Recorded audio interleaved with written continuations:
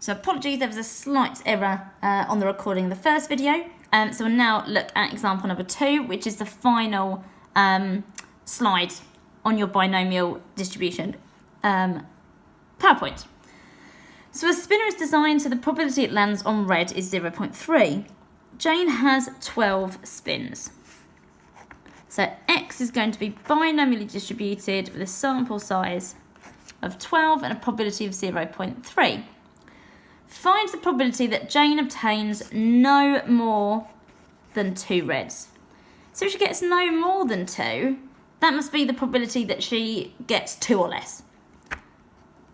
So on my calculator, menu, 7 for distribution, go down, 1 for binomial CD, 2 for variable, and then X is 2 or less, N, our sample size is 12, and our probability is 0.3.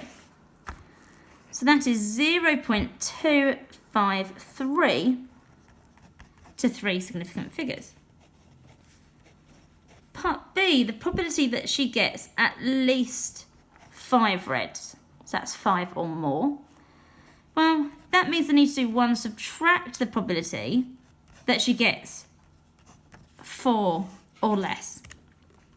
So I'm going to go back to my calculator and do my 4 or less, which is 0.72365. So I'm using a few more significant figures so that I get a high level of accuracy. So 1 minus 0.72365 is 0.276 to 3 significant figures. Okay, Jane decides to use this spinner for a class competition. She wants the probability of winning a prize to be less than 0.05. Each member of the class will have 12 spins and the number of reds will be recorded. How many reds are needed to win a prize? So we obviously want to look at the top end, because obviously the more reds you get, the less likely it is that you're going to get that number of reds. So we want the probability that X is greater than a particular number to be less than 0.05. Now my calculator only understands less than or equal to. So the probability of being greater than A is the same as 1 minus the probability of X being less than or equal to A. And this must be 0.05. Now my calculator obviously only looks at this part.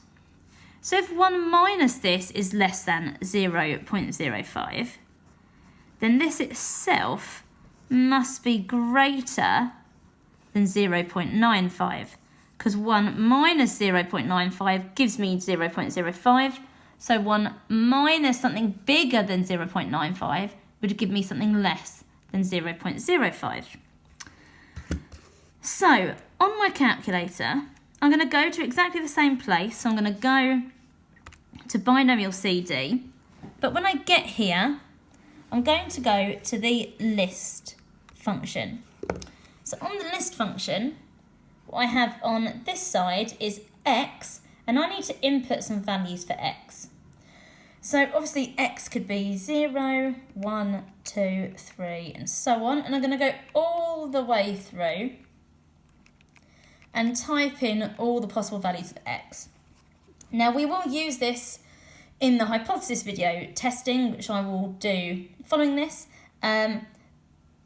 but we would not probably input every single value, but for now, because we've only got a sample size of 12, we will. When I press equals, then it brings up this screen. So my sample size is 12 and my probability is 0.3. My calculator then thinks for a bit, and it brings up this table, which gives you the probabilities. So the probability of getting 3 or less reds is 0.492, or 0.493 rather. So I want to look where the less than or equal to is bigger than 0.95. So I'm going to keep going until I get a number that is bigger than 0.95, which this is. So the probability of getting 6 or less is equal equal to 0.961. So therefore the probability that x is greater than 6 is 1 minus 0.961,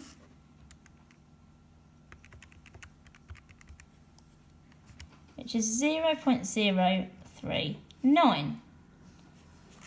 So therefore the number of reds I need is 7 or more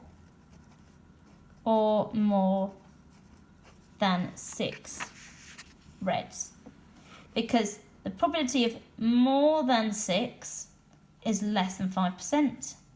So therefore 7 or more reds or more than 6 reds is what is needed to win a prize, because that is a probability of less than 5%.